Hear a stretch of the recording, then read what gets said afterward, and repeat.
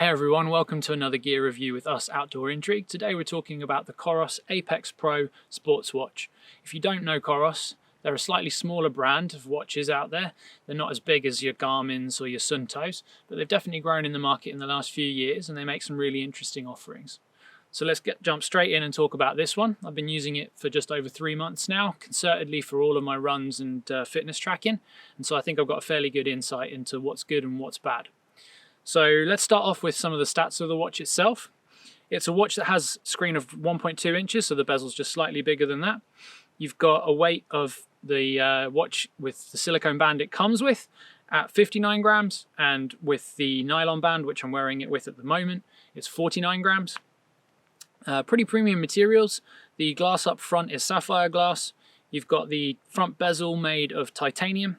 The rear of the case itself is aluminium. And then the side and remainder of the case is really solid compound plastic. It does have a touch screen, so there are some touch aspects in the screen itself. It uses a dial on the side, similar to what you find on an Apple Watch, like a crown that is a dial itself, and then has 2 selection buttons. The watch itself has 100 meters water resistance, which is pretty standard in the market. It's fine to swim with. I've swum in this water behind us with it on, so no issues on that front. It has easy Bluetooth connectivity with either iPhone or Android. It works with an app. It does not work with a computer. Aside from that, the watch has a battery life that lasts around 30 days of continuous use. That's non-GPS tracking. It's stated as having 40 hours of continuous GPS tracking battery life, or if you put it into Ultramax mode, which is a mode which pings the GPS location less regularly, then you can get up to 100 hours in total. And what does all that cost you? Well, the RRP at the moment in the UK is £449, but as with most things, you can find it cheaper if you take a look out there. I definitely suggest checking out eBay and other places. You can often find either a refurbished model or even a second-hand or near new one that you can save quite a bit of money on. But you guys know how to do it. Check out and see what you can find. So now that we know a little bit about the basics of the watch, the stats, what it weighs, how it fits on the wrist, what's good and what's bad? Well, let's start off with what's good about this watch. Now, we mentioned it up top, the weight. Now, this is a watch that really does feel pretty light on the wrist. And with the form factor, I really think it's something that most people would find comfortable to wear. Even if you've got a smaller wrist, it's not really too big and bulky. Sometimes you find with sports tracking watches, particularly the ones that have more features, they get bigger and bigger and bulkier, and they don't suit everyone. Now, I would say that this watch is definitely unisex, and most people would probably find it is not too big. I think that the weight is also a real positive factor on it. You can actually comfortably sleep with it on, and when you're wearing it, you generally don't notice it, and that's a real win for me. Other positives about this watch are the battery life. Now, that is really Coros' selling point. They make watches that have unbelievable battery life, and in my experience with this watch over the 3 months I've been using it, that is 100% true. The battery life is honestly just incredible.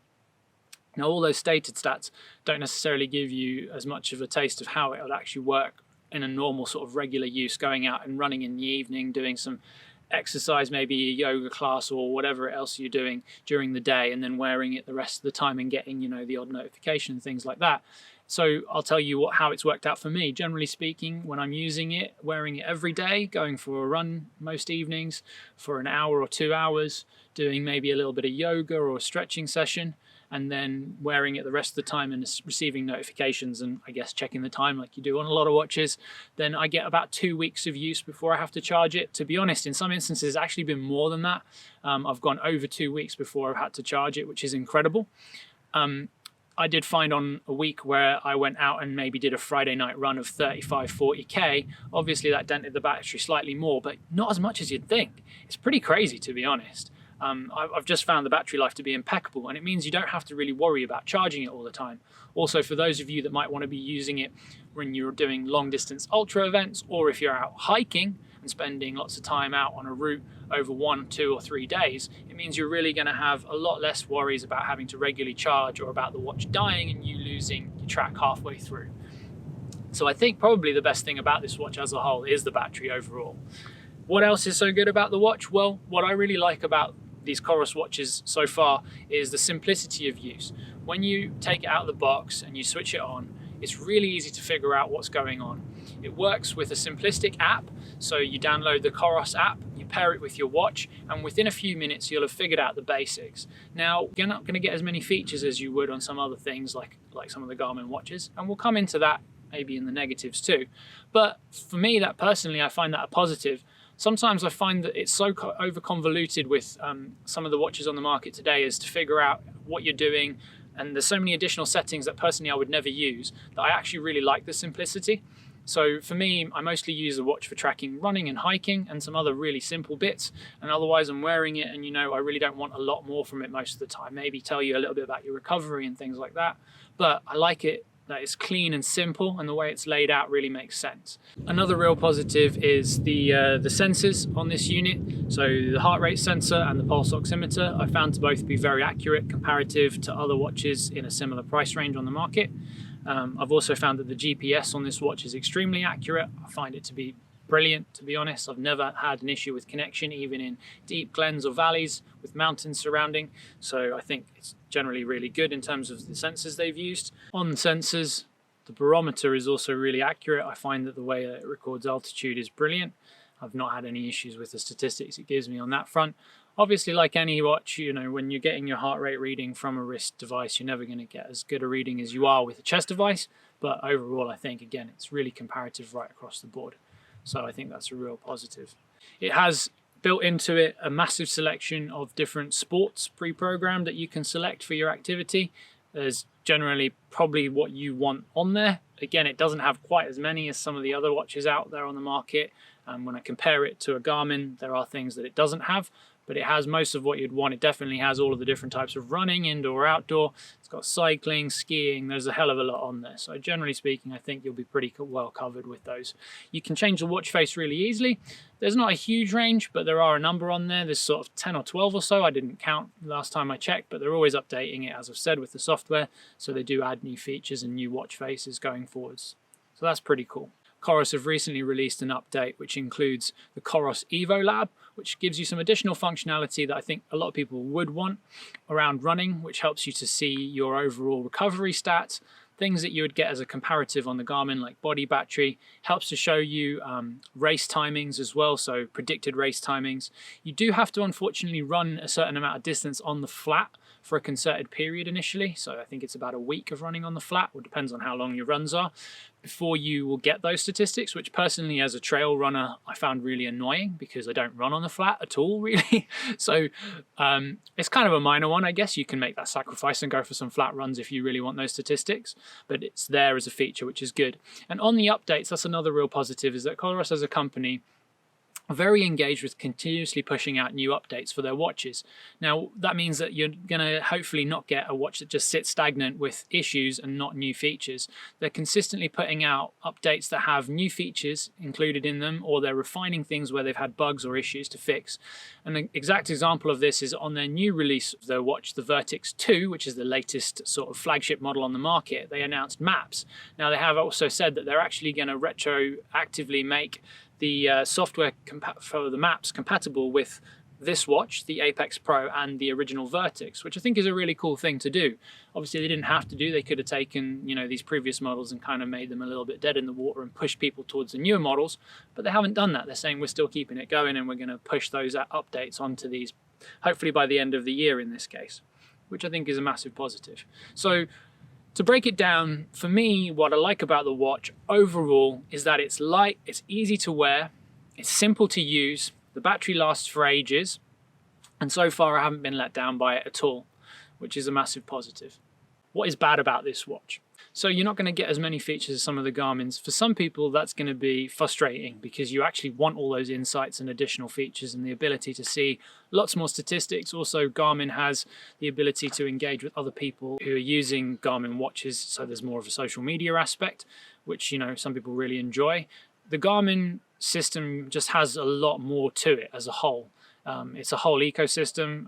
They're a very big company. They have a lot of different features, and Coros is not comparable to that. They're not even really comparable to, Sunto or other brands that are smaller than Garmin. They really have an app that you can use, and then that has your basics. They're always upgrading and adding features, but it doesn't give you a lot more than, how long you ran for and some insight into heart rate and recovery. But yeah, it doesn't have all of that extra stuff. This watch has no NFC, you can't pay with it. So yeah, that's obviously a downside for some people. For me personally, I find that simplifies things and I quite like it, but it's one of them.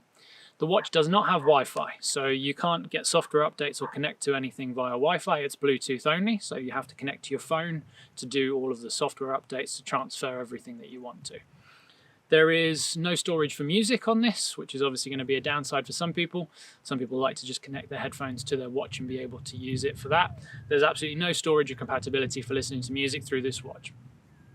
Another negative is there's no mapping. Now, the watch does have the ability to put routes onto it, GPX routes, which I'd say is clunky currently, the way in which you have to do it. You can't draw a route directly in the Coros app. You have to create it elsewhere, and then to import it, you have to send it to the app, save it, and transfer it to the watch.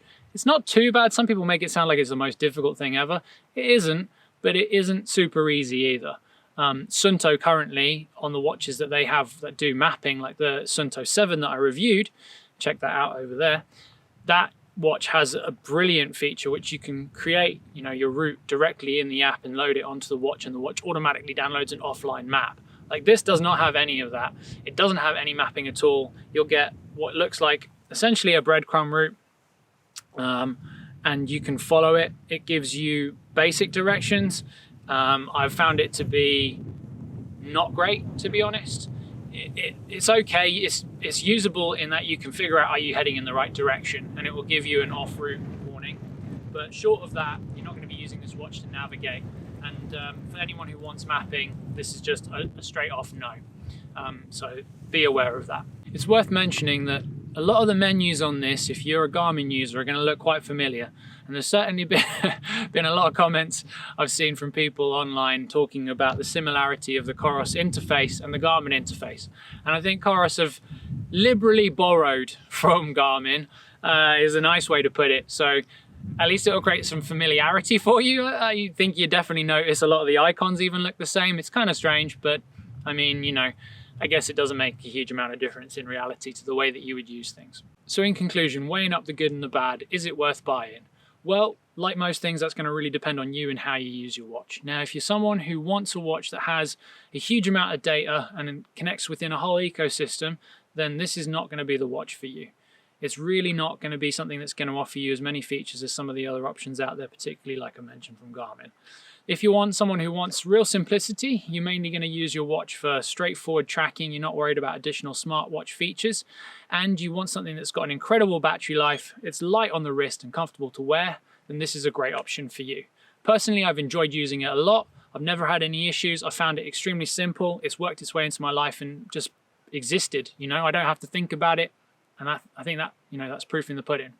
Hopefully you found this useful, guys. I'll show you obviously some comparison shots in here, and we can happily answer any questions you have down in the comments.